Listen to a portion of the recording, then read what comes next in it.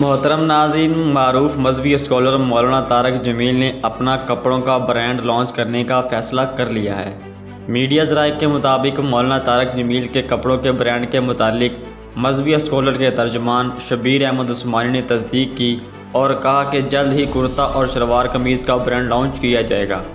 उन्होंने कहा कि ये ब्रांड कब लॉन्च किया जाएगा इस हवाले से अभी तक नहीं बता सकता।